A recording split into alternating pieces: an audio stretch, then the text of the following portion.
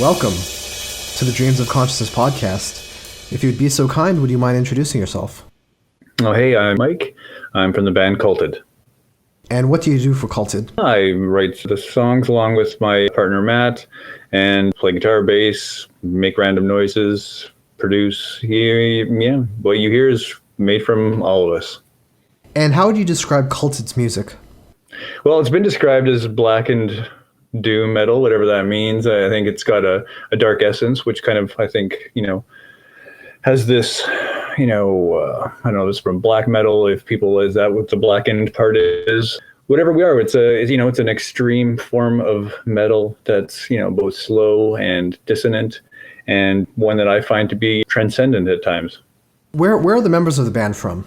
Well, there's four, main contributors, and 3/4 of us, or 3/4 of us, are in Canada. I'm in southern Manitoba. Two of us live in the capital city, Winnipeg, while our drummer, Kevin, he lives in a small town just outside of Winnipeg, where the three of us basically grew up together and started our first bands together. And we've been playing different forms of music ever since. And our singer, Daniel, he lives in Sweden. And that's a relationship that was born, through social media, really through the MySpace, going back to MySpace days. And one of my former band, we'd been in contact with him and had asked him to do some stuff, some soundscape stuff, because he was a noise musician and a black metal singer, and he agreed. And it was his idea. I don't know at what point, if we were interested in forming or making some noise together, and Culted was born. Now, is it true that Daniel has never met the other three members of the band in person? Yeah, that's correct. Yeah, it's a completely digital relationship. Now in the new day and in this day and age with FaceTime and stuff, with that, we have some conversations like that, but that's as close to in the flesh discussions as we've come. So I also take that to mean that Culted has never played any shows or done any tours. Would that be correct? That is correct, yeah. It was, when we started, it was going to be a studio-only thing, because that was just, what it could only be because of the distance between us. And we never really expected it to become released or there to be any interest in us playing live. So, yeah. I mean, there's been, some interest in it in the last bunch of years, but, it doesn't amount to much because costs, and now with COVID, it's just unrealistic. COVID and the current situation aside, were there other reasons that you guys didn't want to turn this into a live project or play shows? Well, there wasn't really a reason. It was only because that our singer, lived in Sweden. So there was, it wasn't feasible. I mean, there was no, to make that happen, the costs would have been ridiculous. And none of us have thousands of dollars to, fly one of us to the other continent to rehearse, to play a tour that would probably lose money. And, and now that we're older and we have, obligations, family, and whatever it is, mortgages, rents, whatever, that's just, it wouldn't be very a sound choice. As you mentioned, you and Matthew had gotten in touch with Daniel, I believe you said over MySpace? Correct. To collaborate on your previous project? Yeah. What was it about Daniel's work with his black metal band or his noise projects that made you interested in a collaboration?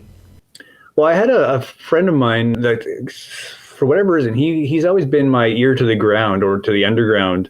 And this is, going back to like 94, 95 even, when I first heard like Dark Throne, Transylvanian Hunger.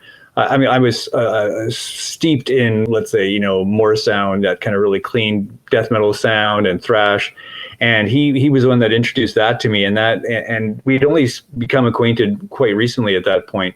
And he knew the other guys in that band at that time, which is just, a band from a long time ago. And, we became lifelong friends. And through the years, he had tons and tons of CDs, and he lived at home at the time, so he had money to spare, whereas I lived on my own from a very early age. So I was always hungry for more sounds, and he's going to introduce me to, you know, extreme black metal, noise, avant-garde stuff. You know, you want to call it neoclassical stuff like Puissance and Arditi, these kind of extreme sounds that aren't metal but have a uniform, or at least to me they have a uniform sound that I gravitated towards.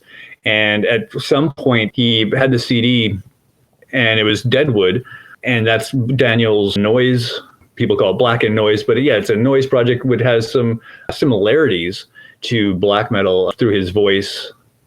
So it was one of the first, like, kind of not harsh noise, but it's definitely a noise project that it was the first time I really, I don't know, it really caught me. I really liked the musicality of it. And it was the first time that noise really grabbed my attention in a way that I needed to seek out more stuff like it. And for whatever reason, I sought out Deadwood on MySpace, and I don't know if I must have made some kind of contact with him at some point. I don't know what I would have said, but in some way a contact was made, and we exchanged emails from that time on. And at some point, I just said, "Hey, were you interested in throwing, contributing some soundscapes or noise to this project we're working on?" And he was gracious enough and agreed. Yeah, and so it was that he was the first. His music was the first time I'd heard just extreme noise, and it was the first band that captured me. And I was fortunate enough to quote unquote meet him and work with him. So it sounds like the noise and experimental side of Culted was important from the very beginning. Yeah, I mean, yes, yeah, totally. But it wasn't a conscious decision like we're going to have noise or noisy bits here and there.